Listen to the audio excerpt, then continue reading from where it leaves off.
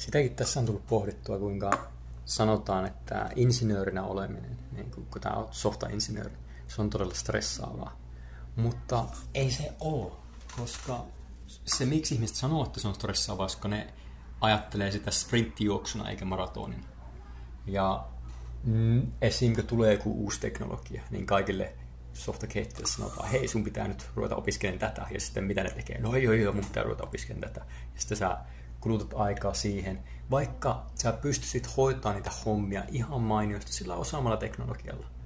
Ja sitä sun kannattaisi käyttää, koska loppujen lopuksi se on vaan kysyä siitä sun outputista, eikä siitä, että sä meet jonkun trendin mukaan. Ja sitä mä luulen, että nämä softakehittäjät, suuri osa, ne jahtaa trendejä, eikä